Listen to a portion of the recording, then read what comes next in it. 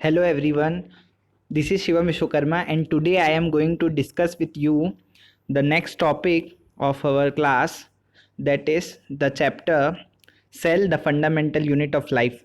In this chapter we will study about cell organization and specifically plasma membrane. So now move on to the overview. In this module we will learn introduction about the topic plasma membrane or cell membrane, then diffusion, osmosis, types of solution on the basis of osmosis, and we will do an activity.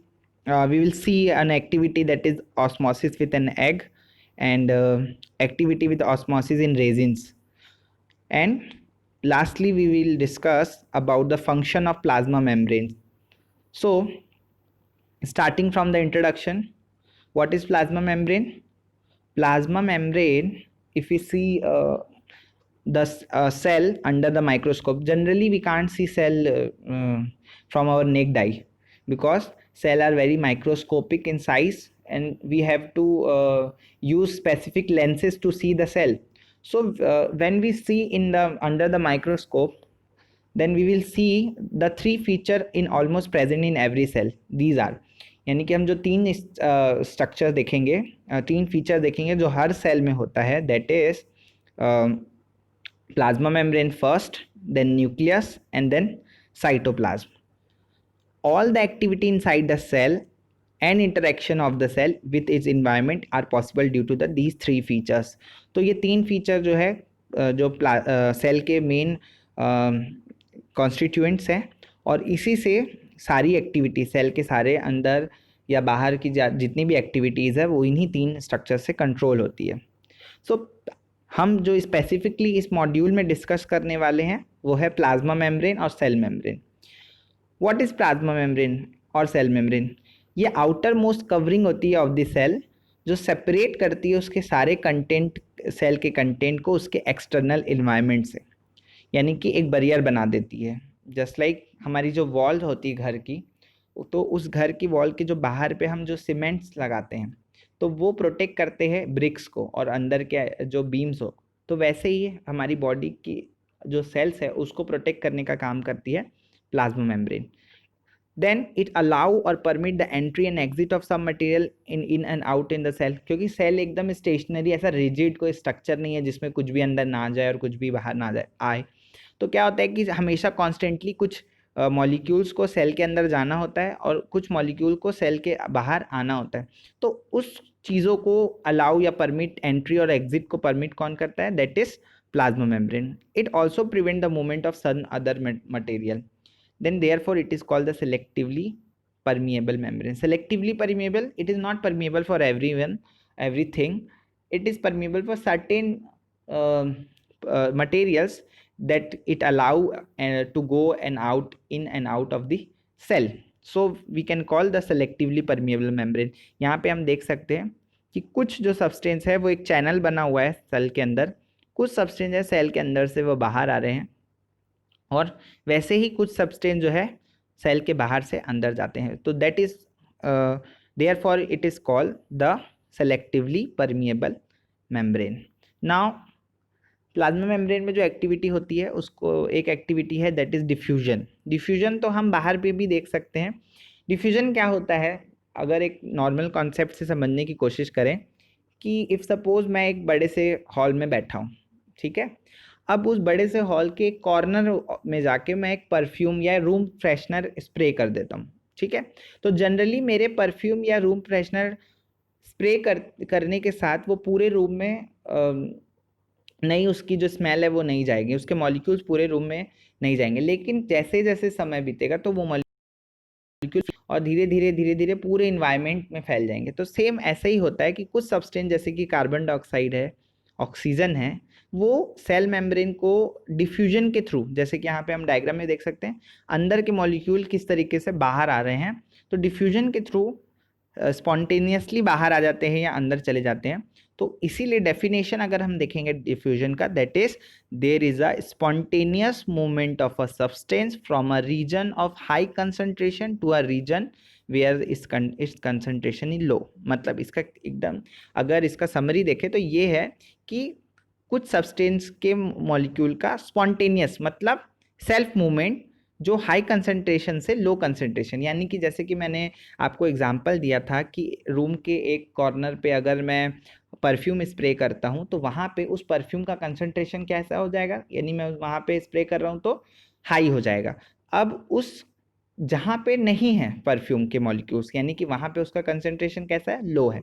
तो molecule कहाँ से कहाँ move करेंगे according to the definition, region of high concentration to a region of low concentration. So ऐसे ही कुछ substance जो CO2 यानी कार्बन डाइऑक्साइड है, ऑक्सीजन है, ये in and out of the cell इस प्रोसेस का यूज करते चले जाते हैं, अंदर और बाहर आ जाते हैं। ठीक है, डिफ्यूजन जो है इंपॉर्टेंट रोल प्ले करता है गैसियस एक्सचेंज में between the cell as well as cell and external environment. तो सेल और सेल के बीच में भी गैसियस एक्सचेंज होता है और सेल के बाहर भी गैसियस एक्सचेंज होता है, सेल के बाहर आउटर इन्वायरमेंट के साथ भी गैसियस एक्सचेंज होता है। तो इस गैसियस एक्सचेंज में डिफ्यूजन का जो रोल है वो ऐसे ही फंक्शन होता है। नाउ सेकेंड टाइप ऑफ देखेंगे तो ये होता है ऑस्मोसिस। इसमें क्या होता है, the movement of water across the membrane. यहाँ पे अभी तक हम डिफ्यूजन में मेम्ब्रेन को स्पेसिफिकली डिफाइन नहीं कर रहे थे, लेकिन ऑस्मोसिस जो है वो एक स्पेशल टाइप का डिफ्यूजन है। एक्चुअली ये डिफ्यूजन ही है बट स्पेशल टाइप का डिफ्यूजन जिसमें एक सेमी परमेबल मेम्ब्रेन का होना बहुत जरूरी है। तो movement of water across the membrane that is semi permeable membrane, it also affected by the amount of substance dissolve in the water. तो वाटर के हिसाब से जो सब्सटेंस डिजॉल्व है यानी सॉल्वेंट के हिसाब से वो मॉलिक्यूल क्रॉस करते हैं। तो ऑस्मोसिस क्या है, एक पैसेज करता है, वाटर का पैसेज है जहाँ पे वाटर का कंसंट्रेशन हाई है तो वहां से निकल करके जहाँ पे वाटर का कंसंट्रेशन लो है। तो इसलिए osmosis is the passage of water from a region of high water concentration through a semi permeable membrane to a region of lower concentration. इसको थोड़ा और अच्छे से समझते हैं अगर क्लियर नहीं हुआ होगा तो इस तरीके से हम 3 टाइप के सॉल्यूशन देख सकते हैं ऑस्मोसिस के बेसिस में। पहला जो होता है वो होता है हाइपोटोनिक सॉल्यूशन।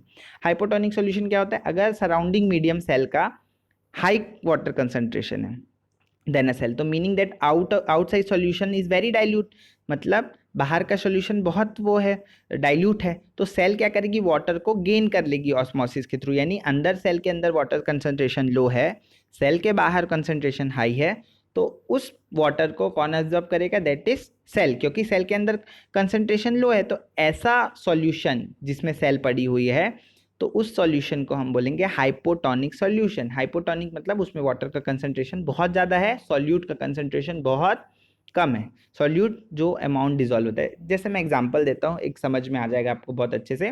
जैसे कि आपने एक गिलास वाटर में अगर सिर्फ 1 चम्मच या आधा टीस्पून अगर आपने शुगर डाला है तो वो सोल्यूशन जो रहेगा वो बहुत ढीला होगा या डाइल्यूट होगा, तो उसको हम बोल सकते हैं हाइपोटोनिक सोल्यूशन। ठीक है, देन होगा आइसोटोनिक। आइसोटोनिक में होता है the medium is exactly same the water concentration as the cell, there will be no net movement of the water across the membrane, such solution is known as isotonic. मतलब cell के अंदर भी उतना ही concentration है जितना cell के surrounding medium में है, तो ऐसे में कोई भी वाटर का मॉलिक्यूल ना अंदर जाएगा ना बाहर जाएगा, या अंदर बाहर जाता भी है तो भी उनका नेट मूवमेंट जो है वो जीरो होगा।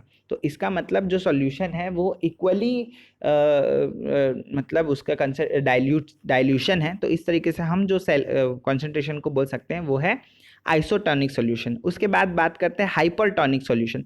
हाइपरटोनिक सॉल्यूशन को हम कंसंट्रेटेड सॉल्यूशन भी बोल सकते हैं। अगर medium has lower water concentration then the cell, that meaning that is a very concentrated solution, so cell will be lose the water by the osmosis। तो जैसे कि हम एग्जांपल के तौर पे देखेंगे, अगर बहुत देर तक के हम साबुन से जब हाथ धोते हैं या कपड़े धोते हैं समटाइम, तो उस टाइम हमारे जो हाथ को देखना, तो हाथ की जो सेल्स यानी जो स्किन रहती है वो ऐसे सिकुड़ सिकुड़ जाती है। क्यों होता है ऐसा, क्योंकि जब हम बर्तन धोते हैं या डिश वॉश करते हैं या क्लोथ वॉशिंग करते हैं तो उस समय जो बाहर का जो वाटर रहता है उसमें हम सोप डालते हैं, क्योंकि उस वाटर में सोप का कंसंट्रेशन हाई होता है, इसीलिए वाटर जो है हमारी स्किन से निकल करके उसमें चला जाता है और इसीलिए हमारी जो स्किन है वो श्रिंक हो जाती है। तो ऐसे सॉल्यूशन जिसमें सॉल्यूट का अमाउंट बहुत ज़्यादा हो, जस्ट लाइक कि मैंने 1 गिलास पानी में मैंने 4 या 5 चम्मच शुगर डाल दिया है, तो वो कंसंट्रेशन बनेगा that will be sweet serum जो बनेगा, जो चाशनी बनेगी,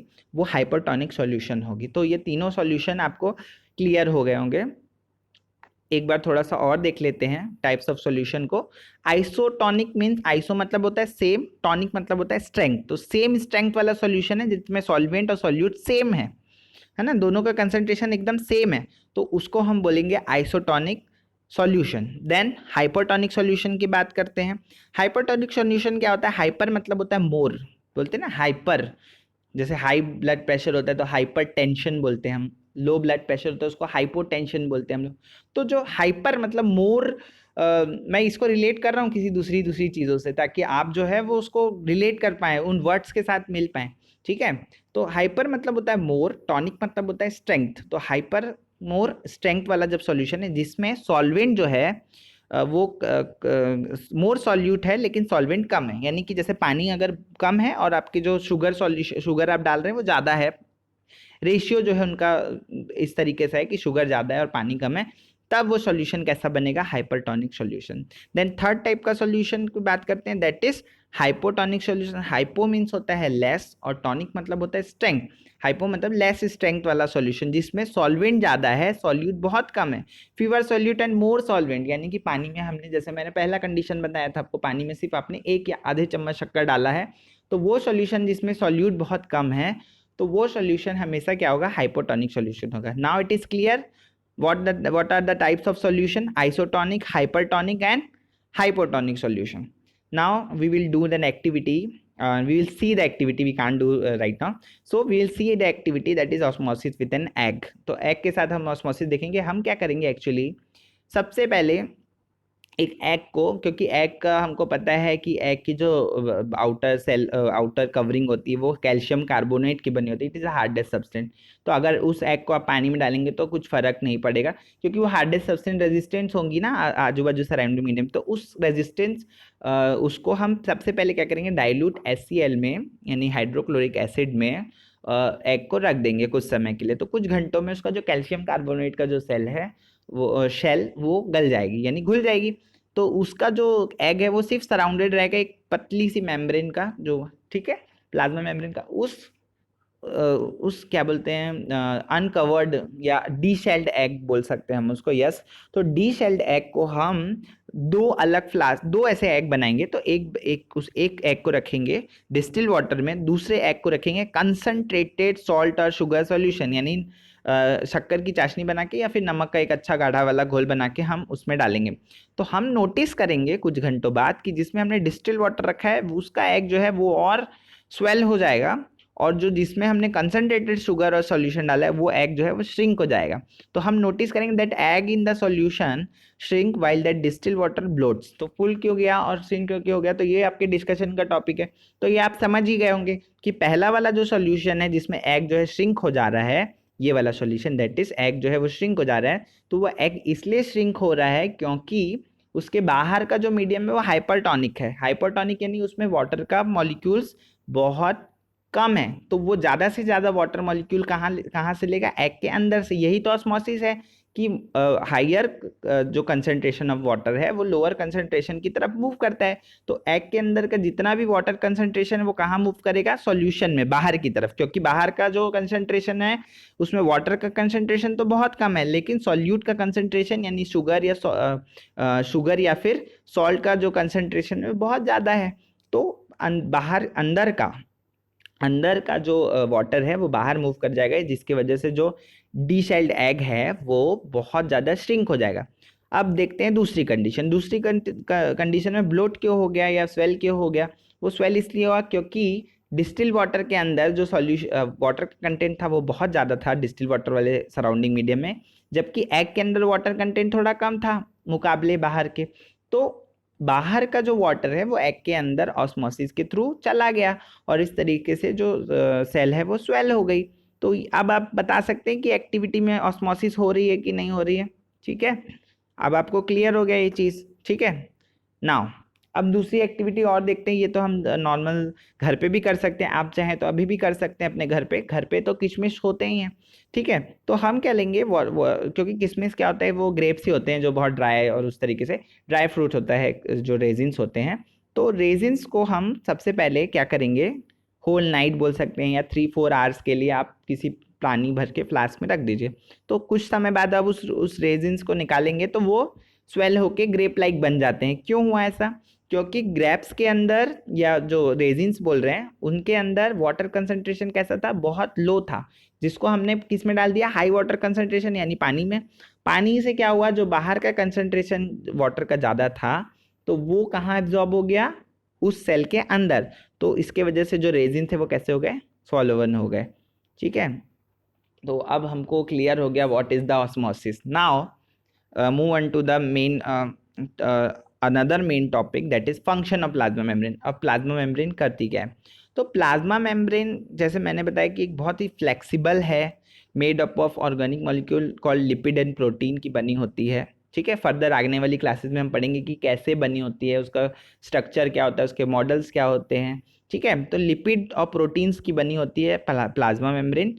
flexibility of cell membrane enable the cell to engulf the food. तो क्योंकि वो फ्लेक्सिबल होती है तो फूड को क्या कर लेती है? एंगल्फ कर लेती है, अदर मटेरियल जो है बाहर के एनवायरनमेंट से ले सकती है। जैसे कि सिंगल सेलुलर ऑर्गेनिज्म है, उसमें सेल डाइजेशन होता है, सेल इंजेशन होता है, तो वो क्या करती है? सेल ही कुछ चीज़ों को इंगल्फ करती है। ठीक है, the process of engulfing such material is called phagocytosis, या फिर एंडोसाइटोसिस भी बोलते हैं, जो सेल किसी भी चीज़ को चारों तरफ से घेर के अंदर ले लेती है। ऐसा हमारी वाइट ब्लड सेल्स करती है। जैसे कोई फॉरेन मटेरियल या फॉरेन बॉडी पार्टिकल हमारे ब्लड के में चला जाता है, तो वाइट ब्लड सेल्स की जो मैक्रोफेजेस होती है, थोड़ा सा हाई उसमें चला गया थोड़ा डिटेल में, बट जो मैक्रोफेजेस होती है वो किसी भी फॉरेन पार्टिकल को एंगल्फ कर लेती है। तो ऐसे बहुत सारे इन्फेक्शन हमारी बॉडी में होने से पहले ही WBC, इसीलिए बोलते हैं protective soldier of our body. ठीक है, नाउ डिफ्यूजन जो हमने देखा वो भी एक इम्पॉर्टेंट है सेल मेम्ब्रेन में एक्सचेंज गैस के लिए। और ऑस्मोसिस भी क्या करता है? मॉलिक्यूल को transport in and out cell में करने में बहुत हेल्प करता है। तो ये हमने देखा प्लाज्मा मेम्ब्रेन के कुछ फंक्शंस।